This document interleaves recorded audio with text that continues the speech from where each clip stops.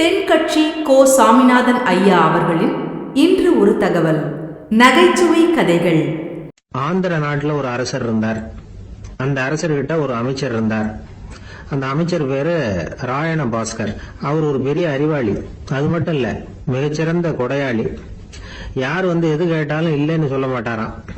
அதன் காரணமாகவே அவர்கிட்ட இருந்த செல்வம் நாளுக்கு நாள் குறைஞ்சிக்கிட்டே வந்துட்டுதான். கடைசியில குடும்பத்துக்குன்னு எதுவும் வைக்காமலே அவர் போய் சேர்ந்துட்டார். மகனும் இறந்துட்டார். அந்த குடும்பத்துல மிஞ்சி இருந்தது அவருடைய மருமகள், ஒரு பேரன், அவ்வளவுதான். இருந்த ஒரே சொத்து பழுதடைஞ்ச ஒரு வீடு. அந்த அம்மா மற்ற வீடுகள்ல வேலை செஞ்சு தன்னுடைய பிள்ளைய படிக்க வச்சுக்கிட்டு வராங்க. அந்த புள்ள ஒரு பெரிய வள்ளலுடைய பேரன்கிறது அந்த பள்ளி வாத்தியார்களுக்கும் தெரியும். அதனால அவங்களும் இவங்கிட்ட கொஞ்சம் அன்பாவும் அக்கறையாவும் பழகி பாடம் சொல்லி கொடுத்துக்கிட்டு இருக்கிறாங்க. ஒரு நாள் ஒரு புகழ்பெற்ற கவிஞர் ஒருத்தர் அந்த பள்ளிக்கூடத்துக்கு வந்திருக்கிறார். ஆசிரியர்கள் கிட்ட பேசிக்கிட்டு இருந்தப்ப ஒரு செய்தியை சொன்னாராம். ராயண பாஸ்கர்ங்கிற வள்ளல் எனக்கு நிறைய உதவிகள் செஞ்சிருக்கார், என்னை பாராட்டி பரிசுகள்லாம் கொடுத்திருக்கிறார். அந்த வள்ளல் வாழ்ந்த கிராமத்தை பார்க்கணுங்கிறதுக்காக தான் இப்போ இங்க வந்திருக்கிறேன் அப்படின்னாராம்.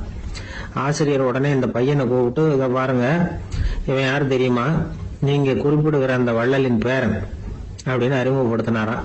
கவிஞரின் கண்கள்ல ஆனந்த கண்டீர். அந்த பரவச நிலையிலேயே அந்த வள்ளலை பற்றி கவி பாட ஆரம்பிச்சுட்டாராம். இந்த சின்ன பையன் அதை கேட்டிருக்கிறான். உடனே என்ன பண்ணான் தெரியுமோ, தன் கையில் அணிஞ்சிருந்த ஒரு பொன் வளையல கழட்டி அந்த கவிஞருக்கு பரிசா கொடுத்துட்டானாம். எல்லாருக்கும் ஆச்சரியம். தாத்தா இருக்கும் நிலையில கொடுத்தார், பேரன் இல்லாத நிலையிலையும் கொடுக்கறான். பையனை எல்லாரும் பாராட்டினாங்களாம். இருந்தாலும் அவனுக்குள்ள ஒரு பயம் எதுவும் ஆரம்பமாச்சு. பள்ளிக்கூடம் விட்டு வீட்டுக்கு வரும்போது அந்த பயம் இன்னும் அதிகமாயிட்டுது. அம்மா என்ன சொல்லுவாங்களோ தெரியலையே, ஏதோ திடீர்னு தோணிச்சு வளையல கட்டி கொடுக்கணும்னு கொடுத்துட்டோம். குடும்பம் இருக்கிற நிலையில இப்படி நான் செஞ்சது தப்பா, வீட்டு செலவுக்கே அம்மா எவ்வளவு கஷ்டப்படுறாங்க, வீட்டுக்கு போனதும் என்ன நடக்குமோ தெரியலையே அப்படின்னு நினைச்சு பயந்துகிட்டே அவன் வீட்டுக்குள்ள அடி எடுத்து வைக்கிறான். அம்மா கூப்பிட்டு சாப்பாடு போட்டாங்க. அவங்க கண்ணுல படக்கூடாதுங்கிறதுக்காக ஒரு கையை பின்னாடி மறைச்சுக்கிட்டே இருந்தான். அம்மா இதை கவனிச்சுட்டாங்க. உன் கைய ஏன் அப்படி வச்சிருக்கிற, உன் கைக்கு என்னாச்சு, ஏதாவது அடிபட்டு போச்சா அப்படின்னு கேட்டுக்கிட்டே கையை எடுத்து பாக்குறாங்க. வளையல காணல. வளையல் எங்க அப்படின்னு கேக்குறாங்க. இவன் தயங்கிக்கிட்டே நடந்ததை சொல்றான். அதை கேட்டதும் அந்த அம்மாவோட முகம் கோபத்தால சவுந்து போச்சான். முட்டாளே, என்ன காரியம் பண்ண அப்படின்னு கன்னத்துல அரைஞ்சிட்டாங்களாம். அம்மா, என்ன அடிக்காத, ஏதோ தெரியாம தப்பு பண்ணிட்டேன் அப்படின்னு இருக்கான். மகனே, வளையல கொடுத்ததுக்காக நான் உன்னை அடிக்கல, அப்படிங்க பின்ன எதுக்கு அடிச்சேன்னு கேட்டிருக்கான். உன் பாட்டனார் ஒரு பெரிய வள்ளல், அவரு எதையும் பாதி வேலையா செய்யறது இல்ல, அவருடைய பேரை நீ அரைகுறை வேலை செஞ்சுட்டு வந்திருக்கிற அப்படின்னாங்களாம். என்னம்மா சொல்றேன்னு இருக்கான். நீ ஒரே ஒரு வளையல மட்டும்தானே கட்டி கொடுத்துருக்குற, கொடுக்கறதா இருந்தா ரெண்டையும் சேர்த்துல கொடுத்துருக்கணும், அதுதானே உங்க தாத்தாவுக்கு பெருமை அப்படின்னாங்களாம். அம்மா, தெரியாம செஞ்சுட்டேன், உங்ககிட்டயும் அரை வாங்கிட்டேன் அப்படி இப்படின்னு அவன் சொல்லியிருக்கிறான். இப்போ அம்மா கொஞ்சம் இருங்க, அந்த கவிஞர் இன்னைக்கு நம்ம ஊர்ல தான் தங்கி இருப்பாரு, நாளைக்கு காலையில தான் அவர் எங்க இருக்காருன்னு விசாரிச்சு இன்னொரு வளையலையும் கொடுத்துட்றேன் அப்படின்னு இருக்கான். மகனே, நல்ல செயல்களை எல்லாம் நாளைக்குன்னு ஒத்தி போடாத, நாளைக்கு என்ன நடக்குங்கிறது யாருக்கு தெரியும், இப்பவே போ, எங்க இருக்காருன்னு பாரு அப்படின்னு இருக்காங்க. மகன் புறப்பட்டான். பள்ளி ஆசிரியர்கிட்ட போய் கேட்டானா அந்த கவிஞர் எங்க இருக்காருன்னு. அவர் சொன்னாராம். உடனே போய் அவர் இருக்கிற இடத்துல கதவை தட்டியிருக்கான். ராத்திரி நேரத்துல இவனை கண்டதும் அவருக்கு ரொம்ப ஆச்சரியம். இவன் இன்னொரு கை வளையலையும் எடுத்து நீட்டியிருக்கான். அவர் திகைச்சு போய் நிக்கிறார். அவரால் என்ன பண்றதுன்னே தெரியல. ஆனந்த கண்ணீர். இது பெரியவர்கள் கூற கேட்ட ஒரு வரலாறு. இன்னைக்கு இப்படிப்பட்டவங்களை பார்க்க முடியுமா? வறுமை வள்ளல் தன்மையை ஒன்று செய்து விடாதுங்கிறதுக்கு இது ஒரு உதாரணம். ஒருத்தன் இன்னொருத்தனை பார்த்து கேட்டானா, எங்க தாத்தா உங்க தாத்தாவுக்கு 100 ரூபாய் கடன் கொடுத்திருக்கிறார், அதை எப்ப திருப்பி கொடுக்க போறேன்னு. கவலைப்படாத, எங்க பேரன் அதை உங்க பேரன்ட்ட திருப்பி கொடுத்துருவான் அப்படின்னு நானா. ஒரு ஊர்ல ஒரு பெரியவர் இருந்தார். அவர் ஒரு குரு. அவர் தொடர்ந்து தியான கூட்டங்கள் நடத்துவார். அந்த கூட்டத்துல கலந்துக்கிறதுக்காக பல ஊர்கள்ல இருந்து சீடர்கள் நிறைய பேர் வருவாங்க போவாங்க. ஒரு நாள் அங்க கூட்டம் நடந்துகிட்டு இருக்குது. அந்த சமயத்துல சீடர்கள்ல ஒருத்தன் என்னத்தையே திருடி விட்டான். மற்ற சீடர்கள் அதை கவனிச்சுட்டாங்க. இவன் ஆப்பிட்டுக்கிட்டான். கூட்டம் முடிஞ்ச பிற்பாடு இவன் திருடின விஷயத்த அந்த பெரியவர்கிட்ட போய் சொன்னாங்களாம். அவர் கவனத்துக்கு கொண்டுகிட்டு போனாங்க. ஆனா அவர் இத காதலியே போட்டுக்கல, கண்டுக்கவே இல்லை. போய் சொன்ன சீடர்களுக்கெல்லாம் ஏமாத்தமா போயிட்டுது. என்ன இது, இவ்வளவு தூரம் நாம கண்டுபிடிச்சு போய் சொல்றோம், அவரு கண்டுக்கவே மாட்டேங்கிறாரே அப்படின்னு ஒரு மாதிரி ஆயிட்டாங்க. இருந்தாலும் அதை பத்தி ஒண்ணுமே சொல்லிக்கல, பேசாம இருந்துட்டாங்க. கொஞ்ச நாள் ஆச்சு. அதே ஆளு மறுபடியும் ஒரு திருட்டுல மாட்டிக்கிட்டான். சீடர்கள் மறுபடியும் அந்த குரு கிட்ட விஷயத்த சொன்னாங்க. அவர் அப்பவும் வழக்கம் போல சும்மாவே இருந்துட்டார். இவர் இப்படி இருக்கிறத பார்த்ததும் அந்த சீடர்களுக்கு கோபம் வந்துட்டுது. உடனே அந்த சீடர்கள்லாம் ஒன்று கூடி பேசினாங்களாம். எல்லாருமா சேர்ந்து ஒரு விண்ணப்பம் தயார் பண்ணாங்க. அதை குருநாதர்கிட்ட கொண்டுட்டு போய் கொடுத்தாங்க. அந்த விண்ணப்பத்தில் இவங்க என்ன எழுதியிருக்கிறாங்க தெரியுமா? குருநாதர் அவர்களே, உடனே திருடனவன் மீது சட்ட நடவடிக்கை எடுக்கணும். நீங்க அப்படி அவனை இங்க சேர்க்கப்படாது. நீங்க சேர்த்தீங்கன்னா நாங்க இங்க இருக்கிறத பத்தி யோசிக்க ஆரம்பிச்சிருவோம்.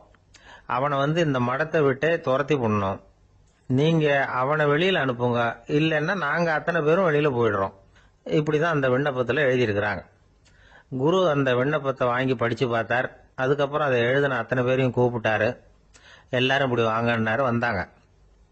இப்படி என் எதிரில் உட்காருங்கன்னார். உட்காந்தாங்க. அப்புறம் சொன்னார், இதை பாருப்பா, நீங்க எல்லாரும் புத்திசாலிகள். உங்களுக்கு எது நல்லது எது கெட்டதுங்கிறது நல்லா தெரியும். நீங்க மேற்கொண்டு ஏதாவது படிக்கணும்னு நினைச்சா வேற எங்க வேணும்னாலும் போகலாம். அதுக்கு நான் தடை சொல்ல மாட்டேன். ஆனா உங்களால குற்றம் சாட்டப்பட்ட அவன் இருக்கானே, அவன் எப்படின்னா அவனுக்கு எது நல்லது எது கெட்டதுங்கிறதெல்லாம் தெரியாது. அதனாலதான் திருடுறான். நீங்க சொல்றது மாதிரி அவனை அடிச்சு துரத்தி விடுறோம்னு வச்சுங்க, அவனுக்கு எப்படி நல்லது கெட்டது தெரியும்? அவனுக்கு அதை யாரு சொல்லி கொடுக்கறது? அதனால இங்கேயே இருக்கட்டும், அதுதான் சரி. இதுக்காக நீங்க எல்லாரும் என்னை விட்டுட்டு போனாலும் சரி, அவனை நான் விரட்ட மாட்டேன் அப்படின்னு விட்டாரான். இவ்வளவையும் திருடனை அந்த சீடன் கேட்டுக்கிட்டே இருந்திருக்கான். அவன் கண்கள்ல கண்ணீர். அப்படியே எழுந்திரிச்சு வந்தான். குரு காலில் விழுந்தான். அவன் கண்ணீர்ல அவனது தீமை கழுவப்பட்டது அப்படிம்பாங்க. அதாவது சீடர்களுக்கு அந்த குருவோட பெருமை அப்பதான் புரிஞ்சுதான். ஒரு நல்ல ஆசிரியர் இருக்காருன்னு வச்சுங்க, நல்லா படிக்கிற பையனுக்கு தான் பாடம் சொல்லி கொடுப்பேன்னா அது என்ன பெரிய விஷயமா? மோசமா படிக்கிறவனையும் மாத்தி காட்டுறேங்கிறது தான் பெருமை. இந்த காலத்து குரு ஒருத்தர் ஒரு ஆசிரமம் வச்சு நடத்திட்டு வந்தார். நிறைய பேர் தினம் வருவாங்க போவாங்க. ஒரு நாள் ஒருத்தன் வந்தான். அந்த குரு முன்னாடி போய் நின்னான். ஐயா, என்ன உங்க சீடனா ஏத்துக்கணும்னா. அந்த குரு நிமிர்ந்து பார்த்தார். உன்னுடைய நோக்கம் என்னன்னு கேட்டார். ஐயா, உங்ககிட்ட கொஞ்ச நாள் இருந்தேன்னா நல்ல பழக்க வழக்கங்களை கத்துக்கலாம். அதுக்கப்புறம் வெளியில போய் ஒரு நல்ல தொழில் தொடங்கி வாழ்க்கையில முன்னுக்கு வரணுங்கிறது தான் என்னோட நோக்கம் அப்படின்னா. நீ சொல்றது சரி, ஆனா உன்னால இங்க நல்ல பழக்க வழக்கங்களை கத்துக்க முடியலன்னு வச்சுக்கோ, அப்ப என்ன பண்ணுவேன் அப்படின்னு கேட்டார் அவர். அப்படி ஆச்சுன்னா என்ன, உங்களை மாதிரியே ஒரு ஆசிரமம் ஆரம்பிச்சு அதுக்கு குருவா இருந்துட்டு போறேன் அப்படின்னா. ஜப்பான்ல உள்ள ஒரு புத்த விகாரை, அங்க ஒரு வயசான பௌத்த குரு தங்கி இருக்கிறார். ஒரு நாள் ராத்திரி கடுமையான குளிர். அவரால் தாங்க முடியல. பார்த்தார், மரத்துல செஞ்ச புத்த சிற்பங்கள் அங்க நிறைய இருந்தது. அதுல ஒன்ன எடுத்து அதுக்கு தீ மூட்டி அந்த நெருப்புல குளிர் காஞ்சிட்டு இருக்கிறார். மர சிற்பம் தீ வச்சதும் படபடன்னு வெடிக்க ஆரம்பிச்சுட்டுது. அந்த சத்தத்தை கேட்டதும் அந்த புத்த விகாரையின் குருக்கள் வெளியில ஓடி வந்தார். இவர் ஆனந்தமா குளிர் காஞ்சிக்கிட்டு இருக்கிறார். அவரால் பொறுத்துக்க முடியல. தெருவில் தெரிஞ்சுக்கிட்டு இருந்த அந்த பெரியவரை இங்க தங்க அனுமதிச்சதே அவரு தான். இவர் இப்படி பண்றாருன்னு நினைச்சுக்கிட்டே அவரை கோபமா பார்த்தார். ஏன் இப்படி கோபமா பாக்குறீங்க, இப்படி உட்காருங்க அப்படிங்கிறாரு இவர். அவருக்கு இன்னமும் கோபம் வந்துட்டுது. எங்கள் கடவுளை எரிச்சுட்டீங்களே அப்படின்னு சத்தம் போட்டாராம். அப்படியா அப்படின்னு கேட்டுக்கிட்டே அந்த சாம்பலை கிளறினார் இவர். என்ன செய்யறீங்கன்னு கேட்டிருக்காரு அவர். நான் எலும்புகளை தேடுறேன்னாராம். நீங்க ஒரு பைத்தியம், இது ஒரு மர சிற்பம், இதுல எலும்புகள் கிடையாது அப்படின்னாராம். அவருக்கு கோபம் வந்துட்டுது. உடனே வெளியில போங்கன்னு கத்தியிருக்காரு. வெளியில தள்ளி கதவையும் சாத்தி விட்டாராம். மறுநாள் காலையில கதவை திறந்து பார்த்தா அந்த வயசான பெரியவர் ஒரு மைல்கல் மேல சில காட்டு பூக்களை வச்சு புத்தம் சரணம் கச்சாமின்னு சொல்லிக்கிட்டே இருக்கிறார். இவருக்கு சந்தேகமா போட்டுது. கிட்ட போனார். என்ன செஞ்சுக்கிட்டு இருக்கீங்கன்னு கேட்டார். இது என்னுடைய காலை நேர பிரார்த்தனைனாராம். நிஜமாவே நீங்க ஒரு பைத்தியமா தான் இருக்கணும், ஏன்னா அது ஒரு மைல்கல் அப்படின்னாராம். இப்ப அந்த பெரியவர் சொன்னாராம், நீங்க ஒரு மரத்தை புத்தரா நினைக்கும் பொழுது நான் ஏன் ஒரு மைல்கல்ல புத்தரா நினைக்கப்படாது? நான் புத்தரை எரிக்கலாம், ஏன்னா அவரை நான் நேசிக்கிறேன். அந்த சிற்பம் மரத்தால் ஆனதுங்கிறது எனக்கு தெரியும். நான் ஒரு மைல்கல்ல தொழலாம், ஏன்னா அது எனது பூக்களை தாங்குது. நான் இந்த மைல்கல்லுக்குள்ள மறைஞ்சிருக்கிற புத்தரை பார்க்கிறேன். யாராவது ஒரு சிற்பி இதை சிலையாக்கினாதான் நீங்க புத்தரை பார்க்க முடியும். அன்னைக்கு ரொம்ப குளிரா இருந்தது. நான் எனக்குள்ள இருக்கிற புத்தரையும் பாதுகாக்கணும்.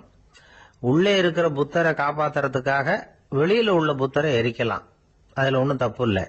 அது அவருடைய போதனையிலேயே இருக்கு. உனக்குள் ஜோதியாக இரு அப்படிங்கிறது அவருடைய போதனை. என்னுடைய புத்தர் வந்து குளிர்ல நடுங்கிட்டு இருந்தார்.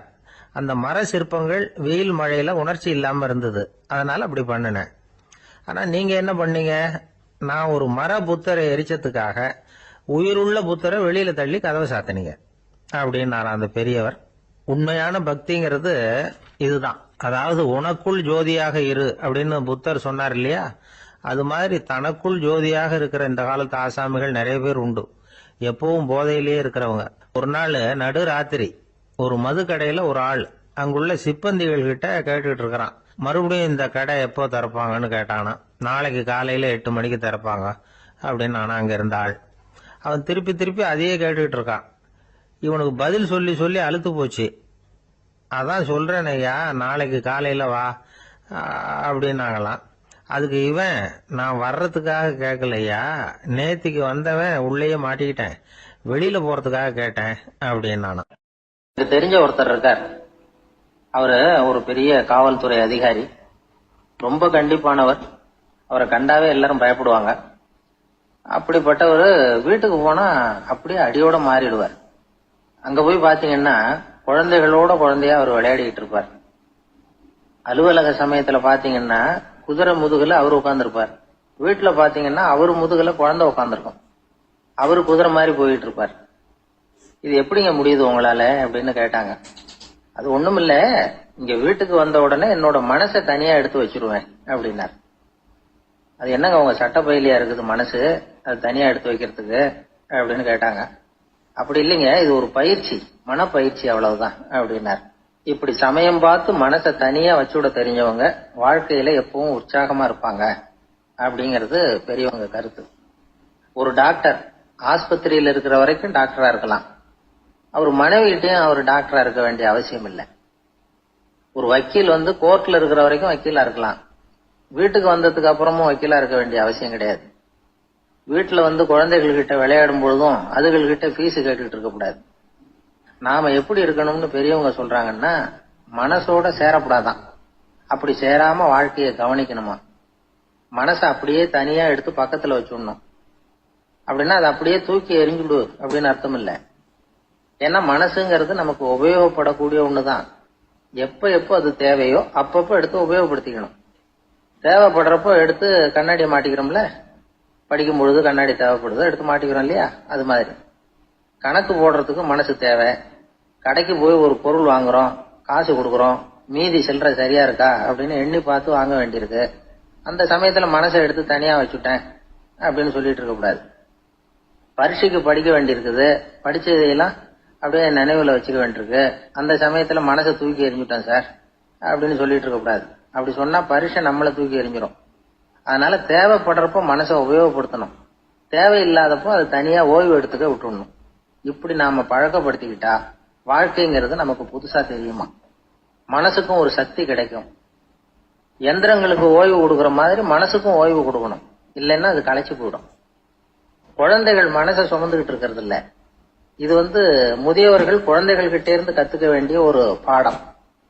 ஆனாலும் இந்த கால குழந்தைகள் கிட்ட ரொம்ப எச்சரிக்கையா இருக்க வேண்டியிருக்கு. ஒரு தாத்தாவும் பேரனும் விளையாடிக்கிட்டு இருக்கிறாங்க. தாத்தா, எனக்கு சைக்கிள் ஓட்ட கத்து கொடு அப்படிங்கிறான் பேரன். சைக்கிள் உயரம் கூட இல்ல, அதுக்குள்ள சைக்கிள் ஓட்டணுமா அப்படின்னாரு தாத்தா. ஏன் தாத்தா, ரயில் ஓட்டுறாரு, அவர் என்ன ரயில் நீளமா இருக்கார் அப்படின்னு கேட்டானா அந்த பையன். ஒரு விவசாயி விதைக்கிறதுக்காக வயல்வெளி பக்கம் போறார். விதைகளை அள்ளி வீசினார். அப்ப என்ன ஆச்சுன்னா, சில விதைகள் பாதை ஓரத்துல விழுந்தது.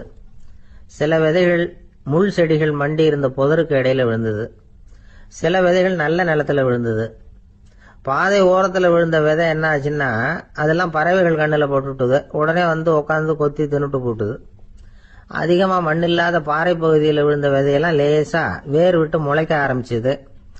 அதுக்கப்புறம் வேர் கீழேயும் ஆழமா போக முடியல, மேலேயும் சூரிய வெப்பம் அதிகம் தாங்க முடியல, எல்லாம் காஞ்சி கருகி போட்டுது. புதர் பகுதியில் சில விதைகள் விழுந்தது இல்லையா, முள் செடிகள் காடா மண்டி போயிருந்தது. அதனால முளைச்சி வர்ற செடிக்கு நெருக்கடி அதிகமா போட்டுது, சரியா வளர முடியல, விளைச்சலும் சரியா இல்லை. நல்ல நிலத்துல விழுந்த விதைகள் மட்டும் நல்லா முளைச்சது, நல்லா வளர்ந்தது, விளைச்சலும் பிரமாதமா இருந்தது. இந்த கதையை சொல்லிவிட்டு கேட்க செவியுள்ளோர் கேட்கட்டும் அப்படிங்கிறார் இயேசு பெருமான். ஆமா, இயேசு கடலில் நின்ற படகு ஒன்றில் உட்காந்துருக்கிறார். கடற்கரையில் ஏராளமான மக்கள் உட்காந்துருக்கிறாங்க. அந்த சமயத்தில் தான் இயேசு ஓமைகள் மூலமாக மக்களுக்கு பல உண்மைகளை சொல்லிக்கிட்டு இருக்கிறார். மக்கள் அந்த கதையை கேட்டுட்டு ஒன்றும் புரியாமல் முழிக்கிறாங்க. அதை கவனித்த இயேசு அந்த ஓமையை விளக்க ஆரம்பித்தார். இதில் அந்த விதைக்கிறவர் தான் இறைவன். அவருடைய வார்த்தைகளை விதைக்கிறார். அந்த வார்த்தைகளை கேட்கிற மக்கள் அந்த விழுந்த விதைகள் மாதிரி 4 வகையானவர்கள். சில பேர் பாதை ஓரத்தில் விழுந்த விதைகள் மாதிரி. இறைவன் வார்த்தைகளை அவங்க கேட்குறாங்க.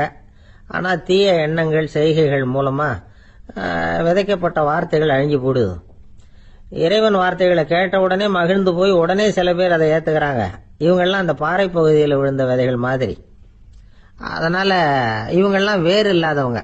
கொஞ்ச காலத்துக்கு இறை வார்த்தைகளுக்கு கீழ்ப்படிந்து நடப்பாங்க. அதனால் ஏதாவது இடைஞ்சல் ஏற்பட்டால் உடனே தடுமாறுவாங்க. தங்கள்கிட்ட இருக்கிற நல்ல பண்புகளை விட்டுட்டு பாவ வழிகளுக்கு போயிடுவாங்க. முள் செடிகளுக்கு இடையில விழுந்த விதைகள் மாதிரி உள்ளவங்க யாருன்னா, இவங்களுக்கு உலக கவலை உண்டு, செல்வத்தின் மீது மயக்கம் உடையவர்கள். உலக ஆசைகள் இவங்களுக்குள்ள பூந்துடுறதுனால அங்கே இருக்கிற நல்ல பண்புகள் மறைஞ்சு போயிடுது. அதனால் அவங்களும் உபயோகம் இல்லாதவங்களா ஆயிடுறாங்க. நல்ல மனிதர்கள் நல்ல நிலத்தில் விழுந்த விதைகளுக்கு ஒப்பானவர்கள். இவங்க இறை வார்த்தையை கேட்குறாங்க, அதை ஏற்றுக்கிறாங்க, அவங்களும் நல்லபடியாக வாழுறாங்க, அடுத்தவங்களுக்கும் உபயோகமாக இருப்பாங்க. இதுதான் இயேசு சொன்ன விளக்கம். நல்ல வார்த்தைகளை கேளுங்கள், நல்ல வார்த்தைகளை ஏற்றுக்கொள்ளுங்கள், அடுத்தவங்களுக்கு உபயோகமாக இருங்க. இதுதான் பெரியவங்கள்லாம் நமக்கு சொல்லுகிற உபதேசம். ஒரு அப்பா தன்னுடைய மகனுக்கு உபதேசம் பண்ணார். இதை பாருப்பா, நல்ல வார்த்தைகளை கேட்கணும், எப்போதுமே மகன் அப்பா பேச்சை கேட்கறது நல்லது அப்படின்னாராம்.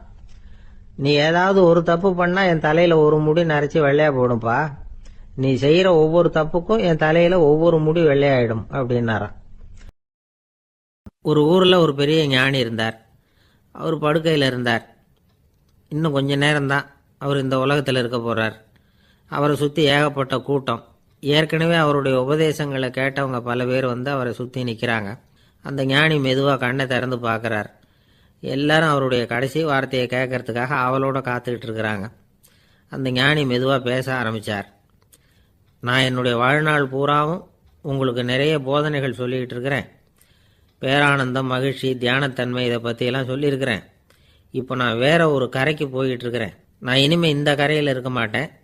நீங்கள் நான் சொன்னதையெல்லாம் கேட்டீங்க, ஆனால் எதையும் நீங்கள் நடைமுறைப்படுத்தி பார்க்கல. எல்லாம் கேட்டதோடு சரி, அதோடு விட்டுவிட்டீங்க. அப்புறம் அதை தள்ளி போட்டுக்கிட்டே வந்துட்டீங்க. மேலும் அதை தள்ளி போடுறதுல எந்த பிரயோஜனமும் கிடையாது. இப்போ நான் போய்கிட்டு இருக்கிறேன், உங்களில் யாராவது என்னோட வர்றதுக்கு தயாரா அப்படின்னு கேட்டார். அவ்வளவுதான், யாரும் வாயை திறக்கலை. ஒரே மௌனம், சத்தமே இல்லை. ஒருத்தர் பார்த்துக்கிட்டே நிற்கிறாங்க. அந்த கூட்டத்தில் ஒரு ஆள் அந்த ஞானி கூடவே 40 வருஷத்துக்கு மேலே இருந்திருக்கிறான். அவனும் வாயை திறக்காமல் இன்னொருத்தன் முகத்தை பார்த்துக்கிட்டே நிற்கிறான். இந்த சமயத்தில் பின்னாடி நின்றுக்கிட்டு இருந்த ஒருத்தன் கையை தூக்கினான். ஞானி அவனை பார்த்தார். சரி, ஒருத்தனுக்காவது நம்மோட வர்றதுக்கு தைரியம் இருக்குது அப்படின்னு நினச்சார். ஆனால் அந்த ஆள் என்ன சொன்னான் தெரியுமா? ஐயா, நீங்கள் கேட்குறப்போ நான் உடனே எழுந்திருக்கல, கையை மட்டும்தான் தூக்கினேன். என்ன காரணம்னா, நான் எப்படி அடுத்த கரைக்கு சேர்றதுங்கிறது தெரிஞ்சுக்கிறதுக்காக தான். அந்த விவரத்தை மட்டும் இப்போ உங்ககிட்ட இருந்து நான் தெரிஞ்சுக்க ஆசைப்படுறேன். ஏன்னா இப்போ நான் உங்கள் கூட வர்றதுக்கு தயாராக இல்லை. எவ்வளவோ காரியங்களை நான் இன்னும் இங்கே முடிக்க வேண்டியிருக்குது. வீட்டுக்கு ஒரு விருந்தினர் வந்திருக்கிறார். என்னுடைய இளைய மகனுக்கு கல்யாணம் பண்ணி வைக்கணும். அதனால் இன்றைக்கி உங்கள் கூட வர முடியாது. அது மட்டும் இல்லை, இப்போ உங்கள் கூட அடுத்த கரைக்கு வந்தால் திரும்பி வர முடியாதுன்னு வேறு சொல்கிறீங்க. அதனால் இப்போ நான் வரல. இன்னொரு நாள் நிச்சயமாக நான் வர்றேங்க, உங்களை சந்திக்கிறேன். அதனால் இப்போ நீங்கள் இன்னொரு தடவை எங்களுக்கு விளக்கமாக சொல்லணும். ஏற்கனவே பல தடவை சொல்லியிருக்கிறீங்க. தயவு பண்ணி இப்போ ஒரு தடவை சொன்னீங்கன்னா சௌகரியமாக இருக்கும். அந்த அடுத்த கரையை அடையிறது எப்படி, இப்போ ஒரு தடவை அதை விளக்கமாக சொல்லிட்டிங்கன்னா நல்லா ஞாபகப்படுத்திக்குவேன். அது சரியான சமயம் வர்றப்போ இது எனக்கு உதவியாக இருக்கும் அப்படின்னு நானா. ஆனால் உண்மை என்ன தெரியுமா? அந்த சரியான சமயம் வரவே இல்லை அப்படிங்கிறது தான் உண்மை. இப்படி அந்த கதை முடியும். இந்த கதை அந்த ஒரு ஆளுக்கு மட்டும் இல்லை, கிட்டத்தட்ட எல்லாருக்குமே அது பொருந்தும் அப்படிங்கிறாங்க விவரம் தெரிஞ்சவங்க. எல்லாருமே அந்த சரியான தருணத்துக்காக தான் காத்துக்கிட்டு இருக்கிறாங்களாம். அதுக்காக ஜோசியம் பார்க்குறாங்க, கைரேகை பார்க்குறாங்க, நாளைக்கு என்ன நடக்குங்கிற ஆவலில் எல்லாரும் காத்துக்கிட்டு இருக்கிறாங்க. ஆனால் அந்த ஒரு நாள் ஒருபோதும் வரப்போகிறதில்ல. நீங்கள் தள்ளி போடுறதுக்காக பல அர்த்தமில்லாத காரணங்களை தேடுறீங்க அப்படிங்கிறார் ஒரு ஞானி. காத்திருக்கிறதுலேயே நம்ம காலம் ஓடி போயிடுது. ஏன்னா இன்னைக்கு நாம் சிந்திக்கிறது நாளைக்கு நாம் சிந்திக்கிறது இல்லை, ஒவ்வொரு நாளும் ஒவ்வொரு மாதிரி போயிடுது. நாளைக்கு மறுநாளை பற்றியே சிந்திக்கிறோம். இப்படியே அது பாட்டுக்கு போயிடும். கரையை தொட்டு பார்க்குறது எப்போ, இதுதான் கேள்வி. நமக்கு வேண்டியப்பட்ட ஒருத்தர் ஒரு ரயில்வே பிளாட்ஃபாரத்தில் நின்றுட்டு இருக்கிறார். அங்கே இருக்கிறவங்க கிட்ட கேட்குறாராம், விசாரிக்கிறார், ஏங்க கிழக்க போகிற ரயில் போயிட்டுதுங்களான்னாராம். போயிட்டுதுன்னு இருக்கிறாங்க. கொஞ்ச நேரம் கழித்து ஏங்க மேற்க போகிற ரயில் போயிட்டுதுங்களான்னு கேட்டிருக்காரு. போயிட்டுதுங்களான்ட்ருக்காங்க. அப்புறம் கொஞ்சம் நேரம் கழித்து மறுபடியும் ஏங்க 10:30 மணி வண்டி போயிட்டுதான்னு கேட்டிருக்காரு. தொடர்ந்து காலையிலேருந்து சாயந்தரம் வரைக்கும் இப்படி ஒரே இடத்துல நின்றுட்டு கேட்டுக்கிட்டே இருக்கிறார். இதை பார்த்துக்கிட்டு இருந்த ஒருத்தர் அவர்கிட்ட வந்து, ஏங்க நீங்கள் எங்கே போகணும் அப்படின்னு கேட்டாராம். இவர் மெதுவாக சொன்னாராம், இந்த ரயில்வே லைனை தாண்டி அந்த பக்கம் போகணும் அப்படின்னாராம். நம்பிக்கை இல்லைன்னா இந்த உலகத்தில் நாம் நடமாடவே முடியாது. அவநம்பிக்கையோடு இருந்துக்கிட்டு இருந்தால் என்றைக்கும் அவஸ்தை தான். நாம் நம்புறது நடக்குதோ இல்லையோ அது வேறு விஷயம். ஆனால் எதையும் நம்பி தான் நாம் அடி வைக்க வேண்டியிருக்கு. வேறு ஒன்றும் வேணாம், ஒரு லாட்ரி சீட்டு வாங்குகிறோம், அது எங்கே நமக்கு விழப்போகுது அப்படிங்கிற அவநம்பிக்கையோடவா வாங்குகிறோம். பரிசு நமக்கு தான் அப்படிங்கிற நம்பிக்கை உள்ளூர இருக்கிறதுனால தான் அதை வாங்குகிறோம். இருந்தாலும் முடிவு வேறு மாதிரி ஆகிடுது. அதுக்காக மனசு சோர்ந்து போகிறதில்ல, அடுத்த மாதமும் சீட்டு வாங்குகிறோம். இந்த நம்பிக்கை தான் மனித வாழ்க்கைக்கு ஆதாரம்.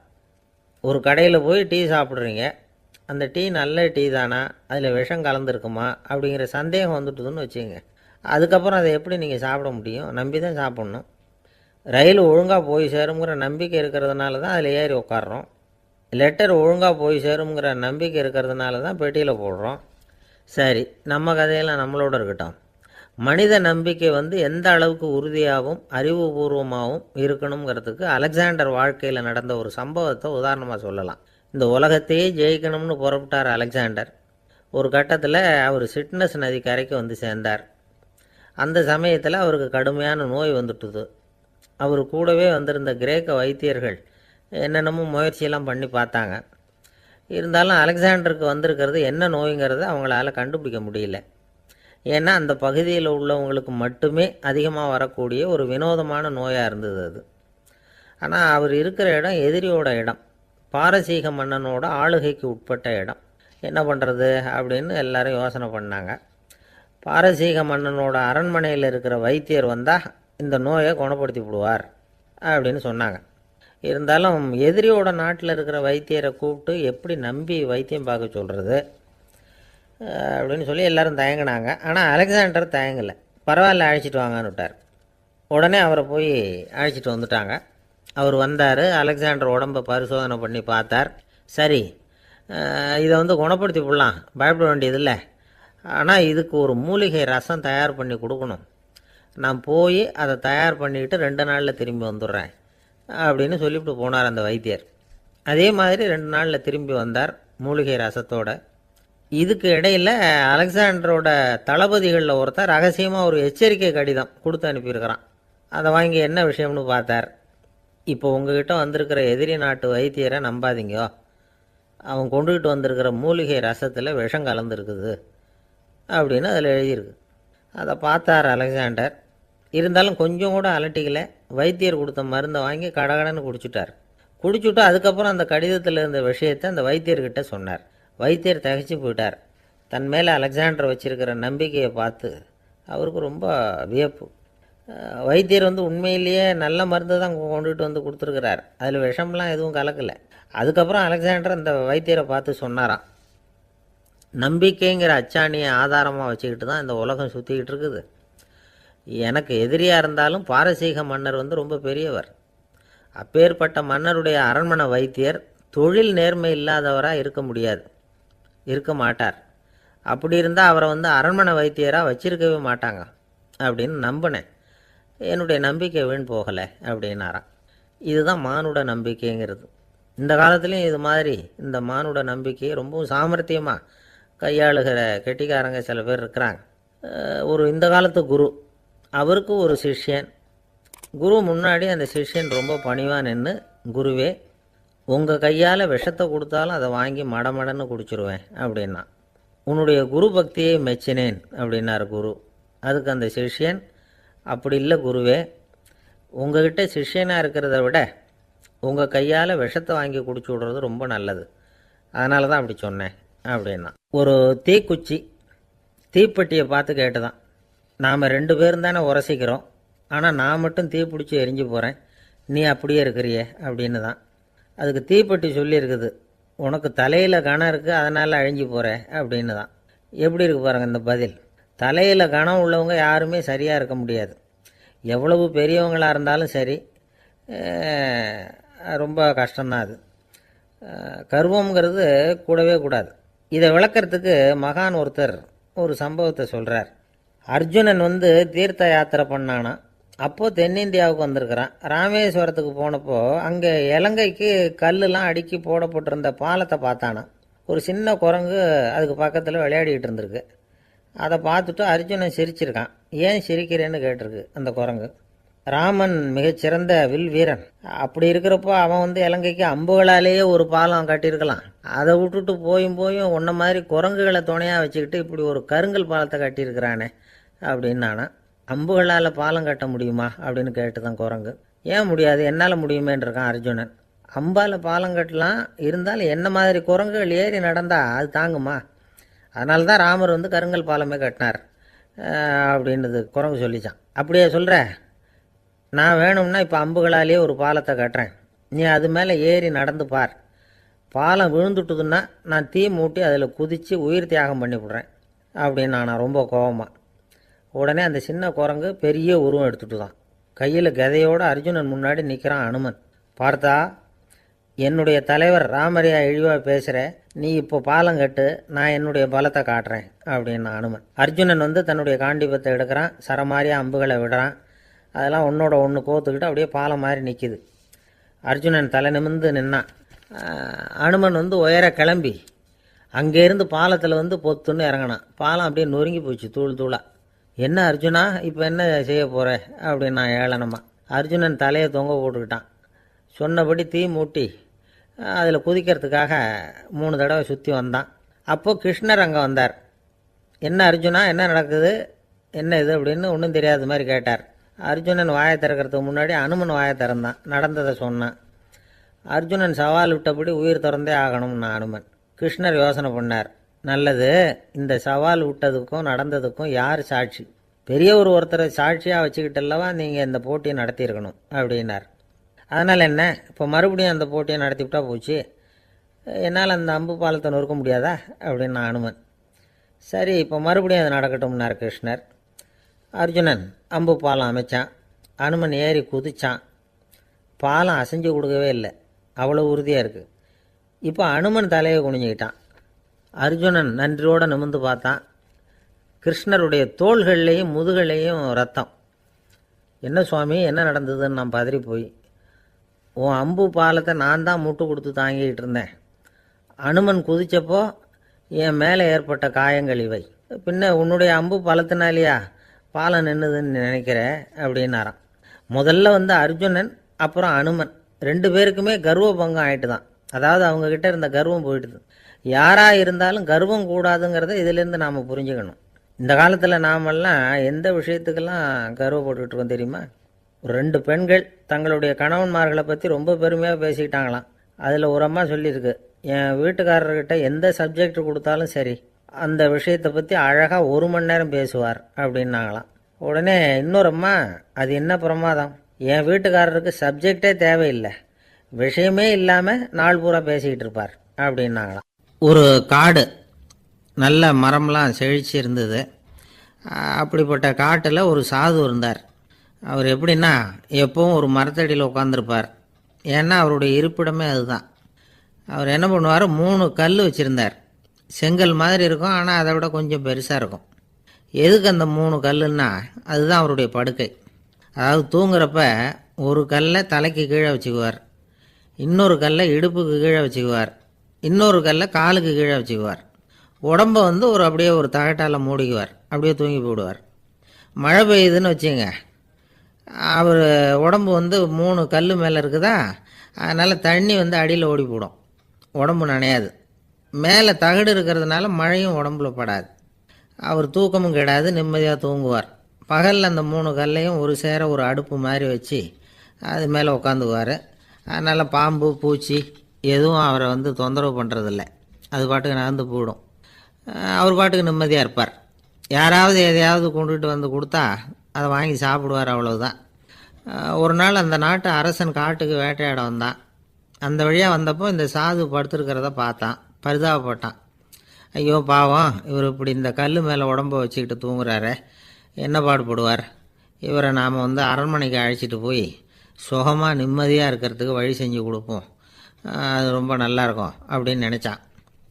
அப்படி நினச்சிக்கிட்டே அரண்மனைக்கு வந்துட்டான். அதுக்கப்புறம் ஒரு பல்லக்கையும் 2 சேவகர்களையும் காட்டுக்கு அனுப்பி அந்த சாதுவை மெதுவாக இங்கே அழைச்சிட்டு வந்துடுங்க அப்படின்னு சொல்லி அனுப்பி வச்சான்.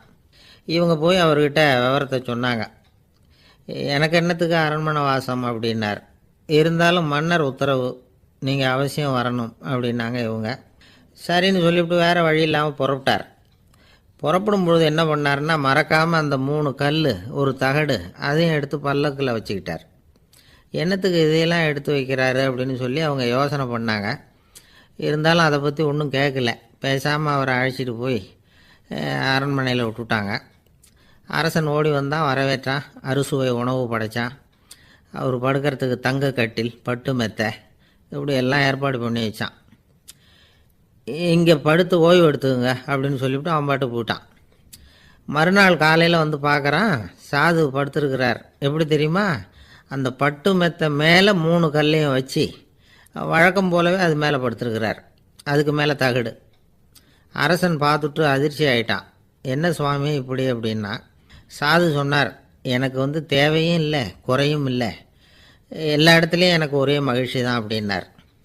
மகிழ்ச்சிங்கிறது தங்க கட்டிலேயோ பட்டு மெத்தையிலேயோ இல்லை, அது மனசில் இருக்கிற ஒரு விஷயம். உண்மையான மகிழ்ச்சிக்கு வழி மனப்பக்குவம் அப்படிங்கிறது அந்த அரசனுக்கு புரிஞ்சுதான்.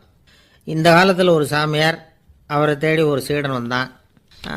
என்னாச்சு தெரியுமா, சுவாமி எனக்கு நிம்மதி வேணும், அதுக்கு என்ன வழின்னு கேட்டான். சாமியார் நிமிர்ந்து பார்த்தார். அப்புறம் சொன்னார், நீ ஏகப்பட்ட பேர்கிட்ட கடன் வாங்கியிருக்கிற, அதையெல்லாம் திருப்பி கொடுத்தா தான் உனக்கு நிம்மதி கிடைக்கும்னார். இவனுக்கு ஆச்சரியம். அது எப்படி சாமி, அவ்வளவு கரெக்டாக நான் கடன் வாங்கினதை கண்டுபிடிச்சிங்க அப்படின்னா, உனக்கு கடன் கொடுத்து சாமியாராக போனதே நான் தான்ப்பா, அதனால தான் இந்த கதிக்கு வந்தேன். என்கிட்டயே நிம்மதிக்கு வழி கேட்குறியே, அதுதான்டா வேதனை அப்படின்னாராம் அவர்.